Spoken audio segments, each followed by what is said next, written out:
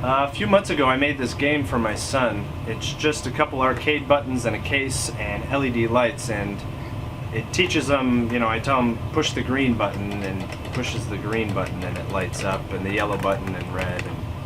And the kids love playing with it, and it's been thrown down the stairs and dropped, and I tried to make it as strong as I could, but the blue button stopped working. And I'm really not great with electronics. It's super simple, so don't let the number of wires on the inside scare you. This is just a wood frame, and I built the sides and painted it black. And here's what it looks on the inside. It's a complete mess.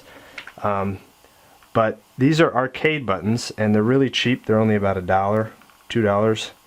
And the LEDs, you can get a pack of 100 different color lights for a couple bucks. And this is a PVC pipe that I cut in half, like a 3 or 4 inch pipe that I just cut in half, drilled the holes and mounted them. But I drew up a diagram to show you how the wiring works. It's, like I said, it's real simple. It's to the limits of my electronics knowledge, but there's a 9-volt battery that goes to the LED, that goes to the switch, and then it goes to a 220 ohm resistor. And you need that because most LEDs operate between 3.5 and 5 volts, and if you're using a 9-volt battery, that overloads the light and it might burn out. So the resistor, and these are only, you can buy a pack of 10 for a couple bucks, and this will lower the voltage or reduce the voltage or resist it so that a 9-volt battery will work. But it lights up because it runs from the battery to the switch to the LED. There's a resistor and back. And I noticed that the reason the blue stopped working was because this wire snapped. I soldered all of these ends. If you don't know about soldering, you can get a cheap little soldering wand, and you get flux, and you just touch it on there and solder it on. And I'll have to solder this back on, but it's not real complicated. You could use electrical tape, and I tried to tape everything down because I knew this thing was going to get dropped a lot. So it looks like I'm going to have to resolder this on here, and you can see when I touch it, that's the problem, it lights up. So that's the other thing you have to know about arcade button switches is, you can see I messed up once.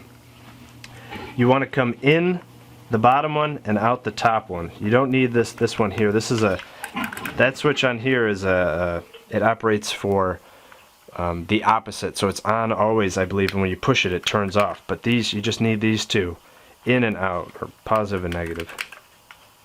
So let me strip this wire, and then I'll solder it back on the bottom here.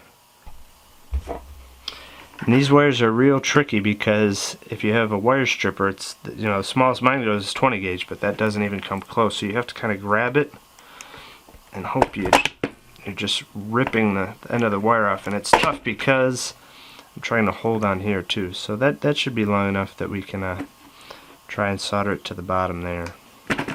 It's going to be a little hard to show you in here, but what you do is you take the flux, and that's this goopy liquid, and you put it on where you want the solder to stick to. It will draw the solder to the flux.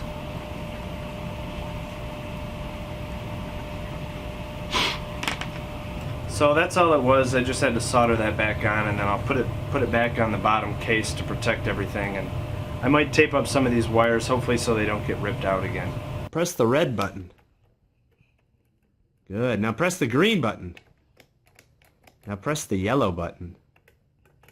Good job. Well, wouldn't you know it, less than a week after I shot those other videos, 2 of the middle LEDs either broke off or got ripped off by one of the kids playing with it. So my advice if you're going to make something like this is to inset the LEDs in a depression or put some sort of ring around them so they're protected, because right now they're sticking out and they get ripped off and dropped and stepped on. So the ones that are in there still work, but 2 of them got ripped off. I can always reinsert them and solder them back in, but that's just another tip, is to inset those LEDs so they're not sticking up.